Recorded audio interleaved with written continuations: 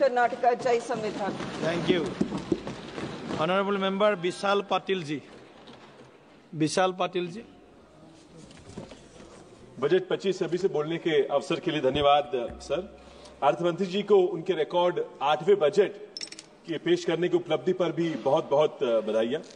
While we welcome the few positive announcements, I regretfully state that for a record 5 budgets in a row, they failed to mention the state of Maharashtra in the budget speech. आखिर में नासिक का उल्लेख किया था 2021 में जब metro की घोषणा की थी, लेकिन पिछले 10 सालों में मेरे सांगली या पश्चिम महाराष्ट्र का नाम एक बार भी लेने का रिकॉर्ड अर्थमंत्री जी ने कायम रखा है। सर, देश के जीवीए का जो ग्रॉस वैल्यू एडिशन होता है, उसके जीवीए का 1/4 हिस्सा 24% contribution comes from Maharashtra. So I have already said that Maharashtra contributes 37% to tax, 14% to the GDP. So GVA is apparently many people say better economic figure. तो sir 37% contribute करता है, सिर्फ 6% महाराष्ट्र को वापस मिलता है।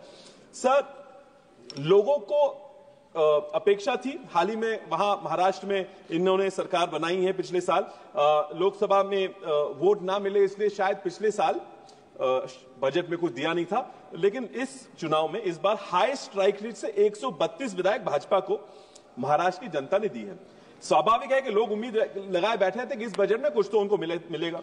सर, सांगली जैसे शहरों में स्मार्ट सिटी का इंक्लूजन करना, महाराष्ट्र में नए एयरपोर्ट्स का निर्माण करना, एआईबीपी पीएमजीएसवाई में सिंचाई के लिए पैसा देना, महाराष्ट्र के लिए नए आईआईटीज आईआईएम्स खोलना, एमएसपी लीगलाइज करना, महंगाई सीमित रखना, ईपीएस पेंशन के लिए 7,000 की रकम देना, भूमिहीन किसानों को पीएमकेएसवाई में लाना, फर्टिलाइजर सीड्स की जीएसटी हटाना, मनरेगा का न्यूनतम आय 400 रुपए करना, आशा वर्कर्स की आय बढ़ाना, ऐसे बहुत सारे डिमांड्स थे। और एक डिमांड थी कि किसानों का कर्जा माफ करना।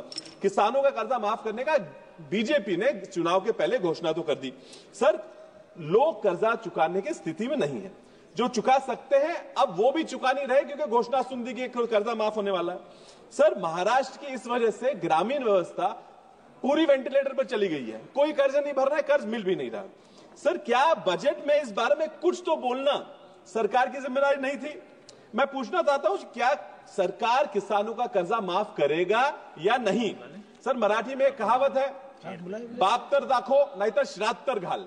इसका मतलब यह है सर, एक तो ये कर्जा माफ करे, वरना ये कबूल कर ले कि इनसे कर्जा माफ नहीं होगा। ये इलेक्शन की एक जुमलेबाजी इन्होंने लगाई थी। सर, बजट के बारे में 2-3 अनाउंसमेंट्स के बारे में मैं बात करता हूं, ज्यादा समय नहीं लूंगा। सर, 12 लाख की एग्जेम्पशन की बात हुई थी।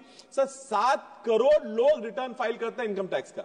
Sir, what was the basis for coming up with a scheme, the exemption scheme, which elevates to 35% of the tax filing population?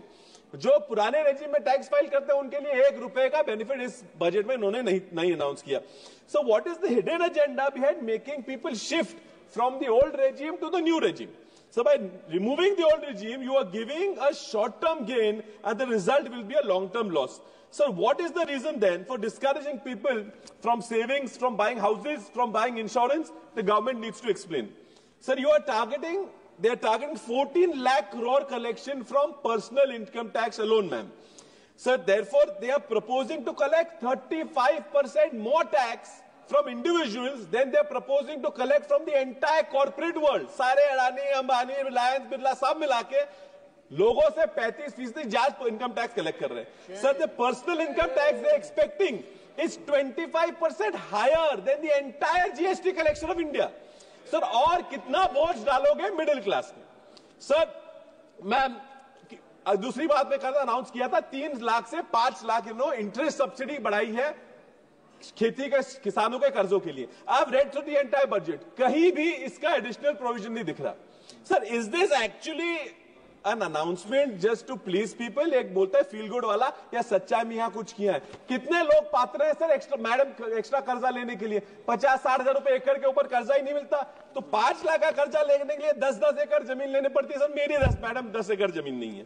Sir, फिर उन्होंने कर्जे बात की है कस्टम ड्यूटी रिडक्शन की। कस्टम ड्यूटी डिडक्शन में इतना इन्होंने चालाकी की है, कस्टम ड्यूटी उतार दी और एग्रीकल्चर सेस लगा दिया। यानी जो सेंट्रल पूल का पैसा था जो स्टेट्स को जाता था वो निकाल के इन्होंने सेंट्रल पूल में खुद के लिए बढ़ा दिया।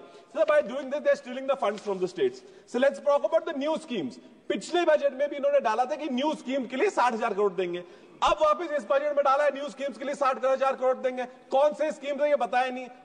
रिवाइज्ड एस्टिमेट्स में इन्होंने बताया कि 8-9 हजार रुपए खर्चा भी हो गया एस्टिमेट न्यू स्कीम्स में। Which new schemes? I am almost done. Sir पुराने जमाने में मैडम ये सब दिखावा है, ये करते कुछ दिखाते कुछ है करते कुछ है। सर पुराने जमाने में निकम्मे लड़के की शादी करवाने के लिए होनहार बच्चे की फोटो दिखा के शादी करवाते, बाद में पता चलता था कि बच्चा शादी किससे हुई। सर महाराष्ट्र के चुनाव में कुछ यही हुआ। इलेक्शन के पहले एकनाथ शिंदे जी का चेहरा दिखा के रिजल्ट ले लिए, जीत गए, जीत के बाद कोई और ही घोड़ी चढ़ गया। ये ऐसा हुआ कि मैन ऑफ द मैच को इन्होंने 12th मैन बना दिया और 12th मैन अब कैप्टन बन के सरकार चला रहा है। Sir, the provision for education is not enough. I just want to talk about women empowerment for a moment, because the nation talks for women empowerment.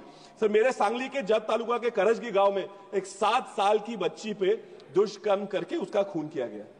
Have we not, as a society, failed this girl? Have we all not failed? Where is the provision for